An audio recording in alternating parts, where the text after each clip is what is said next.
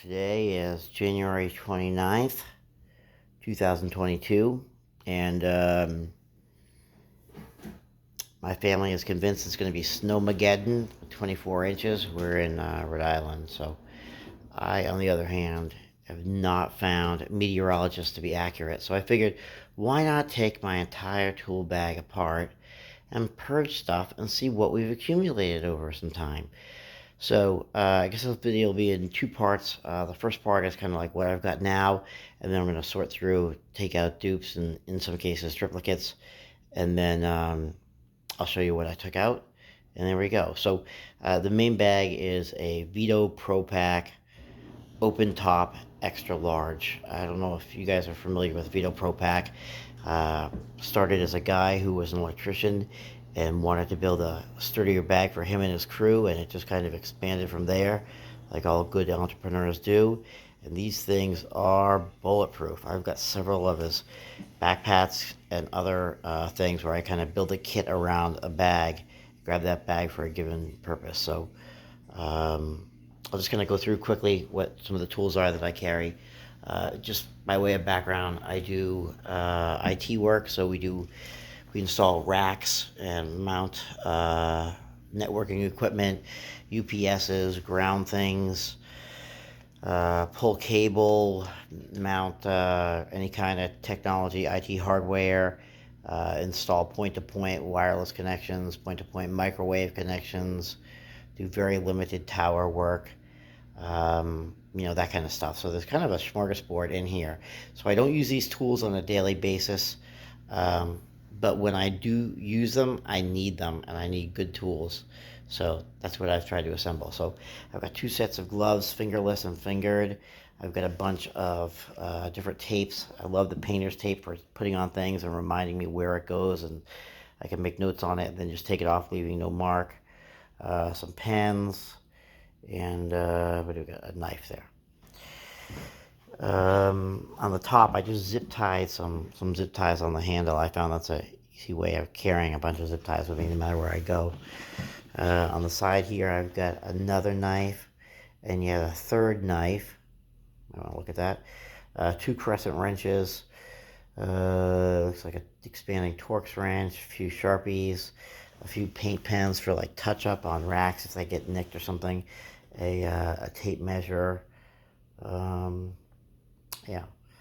So this has got a lot of room on the inside for pockets, but it doesn't have so many slots that you kind of get lost in it, like a fly fishing vest where things are over filed. So this is a really, really good design. I've got on a little lanyard here, these are little keys that help you unlock ubiquity access points from their ceiling mounts. Once they get in there, they're kind of hard to get unlocked unless you've got fingernails. So, all right. Cutters are on the top. Flush mount cutters, lineman's cutters, nippers, bolt cutters, electrical pliers, needle nose, two sets of Knipex, adjustable ratchets. These are just new nut drivers with a hollow shaft so that the threaded part of the bolt can go up into the shaft. Different screwdrivers, stubby screwdrivers, the ubiquitous Klein 5-in-1, which I have like 1,000 of, small little screwdrivers, tweakers. The next set is all these right here. These are all just the handles, so kind of get a little carried away with the handles, I think. Up at the top is a right angle handle. Sometimes I need that for a little more torque.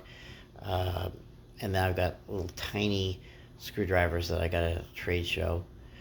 There's a long tweaker. That yellow and black handled long one is a flat handle with it's all the way through the handle, so you can actually beat the crap out of to the end of that, and it will really it's almost like a long chisel.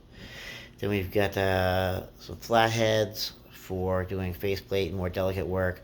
We've got 1, 2, 3 Phillips heads. And of course, the M18 Milwaukee impact driver. What's not to love? I've got a file for rounding off the ends of conduit and other metal devices. I've got a hammer. I don't do a lot of carpentry, but sometimes I do need to whack something in place, but I don't want to leave a mark, so that's why I have the rubber mallet, and then the other, it's got the hard plastic mallet on the other side. I find that works pretty well. A couple of awls to make divots. You whack a divot in a piece of metal or an enclosure or a rack or something, and it just serves as a starting point for a drill bit. A little wedge tool that sometimes is helpful for lifting really heavy things up, just like a quarter of an inch, so you can screw it in or ratchet it in.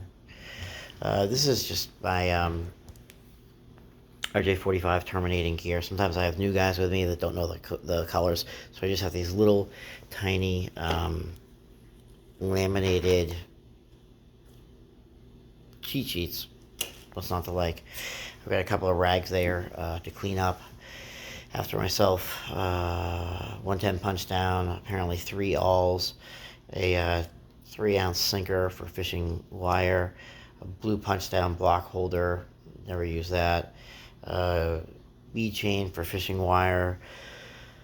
Let's see, I've got I think that's 10 feet, maybe 15 feet, I'm not sure, of fish tape that folds up and throws in the bottom of the bag. And I've also got a little section of mule tape, I think like 50 feet of mule tape or whatever. I've got a laser meter, that's what that black thing is. Right below that are some Vera ratchet sets, sockets rather.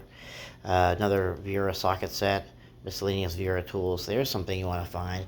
A Sharpie, a silver Sharpie with no cap in your bag. Love finding that. And then you don't find the cap, that's the best part.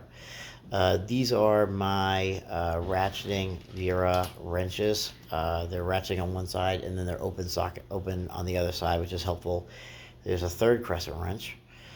Adjustable saw, like a jab saw for cutting drywall or whatever. I love that because it folds. It doesn't cut up the bag, and the blades it use are Sawzall blades. So I don't really have to carry something else. I just take a blade out of my Sawzall kit. Okay, here's a little nifty thing. These are like the window scrapers, except for they're plastic. They're not metal, so that they don't really scrape or nick anything, and they don't really dig in. Replacement blades, 2 different levels, 2 stud finders, magnetic stud finders, little first aid kit. This is like a painter's putty knife that folds. Right next to that is a telescoping magnetic picker-upper thingy. A little low voltage or a voltage detector. It also does temperature as well, which is helpful to have, just another second device there. Is it the most accurate? No, but like if I need the most accurate, I have another bag for that. Above is a plug tester, which is super helpful all the time. You'd be amazed at the amount of times people think your gear is faulty when their plug isn't grounded. It's really amazing. Apparently I have 2 headsets and 2 flashlights. I've got a little sanding block. This little thing is like a 1/4 inch round sand piece, and it's super for scraping off the paint on a rack so that you can get a proper ground to the base metal underneath all the paint or the powder coat. I don't need to sand off a big area, but I do want to sand off what I need, so that's been really helpful for that. A few more Sawzall blades. Apparently I think those are important. Airline nips or sheet metal nips or whatever those are actually really helpful in different pinches. Not necessarily for sheet metal, because I don't do any of that kind of work, but a lot of times stuff comes with heavy plastic and we need to just round off the corners or what have you. This is a super tool that I never really paid any attention to. It's just a magnetizer or a demagnetizer. So you take a drill bit and you just waffle it around in there, and it's going to magnetize or demagnetize the end of that bit, which is super helpful for handling screws and stuff. Apparently I have 3 sets of these nips. I don't know why I have 3 sets, but I do. This is Balisol spray lubricant. I've got this is the epoxy touch-up. It's not epoxy, but it's It's like powder coat touch up from, I think they use it for refrigerators or what have you. But I've got white and black because those are the two colors that sometimes need touching up. I've got two different kinds of Loctite stick. Below that, I've got some Loctite goop. I've also got a little tube of gun and rod oil, just in case I want to clean my gun or rod while I'm working. Not sure why that's there. Paint marker. Sometimes it's good to mark things before they get installed, and white is sometimes helpful because a lot of the gear we install is black, and white tends to stand out.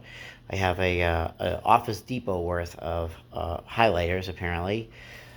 This little guy is a thing I picked up from Tech Tool Supply. It's called the Solar Pen, and it has the interesting advantage of being able to mark deep inside a well. So if you're mounting like a junction plate, a junction box, or a UPS box or anything like that on the wall, and you need to get a pretty precise pinpoint, you can stick this actually through the holes and then mark the wall. And I thought that was pretty clever. I'm not saying other devices wouldn't do that, but I'm a gadget guy. What can I say? Here are the refills, more Sharpies, a pencil, just a field notes that we give to our clients to take random notes or write things down or draw a sketch out. Apparently I have 2 chargers for my phone. You only have to have your phone go dead once on a job site, and you will never walk around without a charger and cables again. Little business cards. This is a little cutoff tool that you can mount in a quarter-inch, any quarter-inch, extension or socket or what have you. That's just kind of helpful for cutting through like strut or threaded rod, or not really strut, that's too much, but like threaded rod, or just sometimes you just need to cut metal and you don't want to break out the grinder or even the metal bandsaw. So I have that in the kit. Apparently I have some auto body work tools. I don't know why those are in there, but they're in there. Paintbrush for just cleaning off different things. I like to leave the place a lot neater than when I found it. These are threading bits, so both metric and imperial threading bits. Sometimes the threads on a rack get stripped. Most racks, for some reason that I haven't figured out yet, are aluminum. The stanchions, the top braces are aluminum. The rest of it is steel. So, of course, the aluminum deforms a lot easier than steel. So by the time you go to rethread it, it's kind of useless. So I might rethink carrying those, actually. This is one of those Mr. Clean, wet it, that cleans everything kind of sponges. I actually forgot I had that in there with a little microfiber. Coming down here is an area that definitely needs work. So these are like step bits and drill bits and stuff that makes holes. Got to clean that up and organize. This is a nice little thing that I've yet to use, but I know it's going to come in convenient at some point. You can screw around corners, or drill around corners. I think that's kind of cool. And of course, it fits the quarter-inch standard. I have 2 long extensions that actually lock in. I found some of them don't lock the bit in.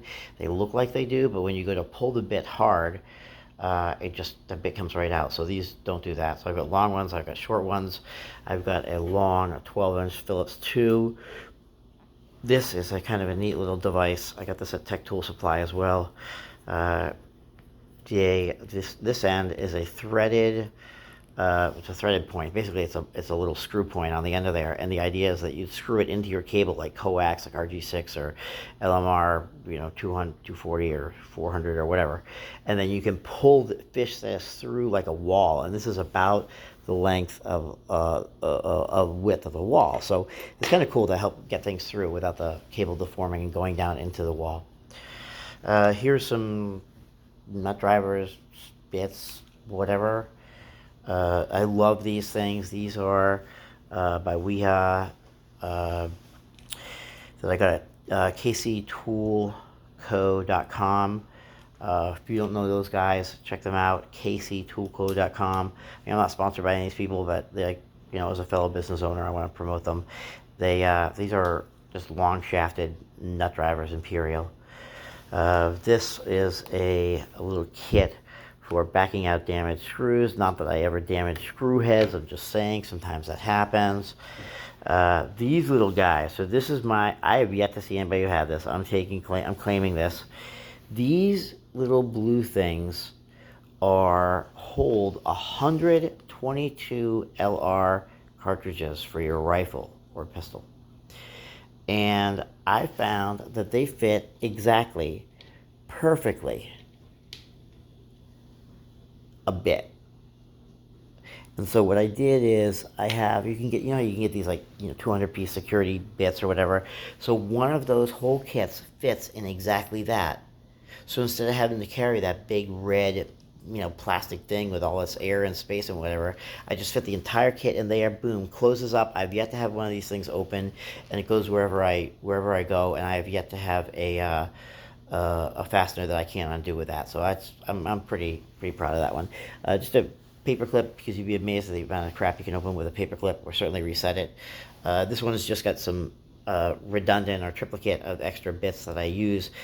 Phillips 1, 2, 3 flatheads, a couple of adapters to go from the 1/4-inch standard to these little tiny guys. I don't know what the standard's called. I'm sure somebody here is going to let me know. And I also have a bunch of those too, because sometimes we need that work for disassembling equipment. These are some spade bits and miscellaneous bits I found laying around.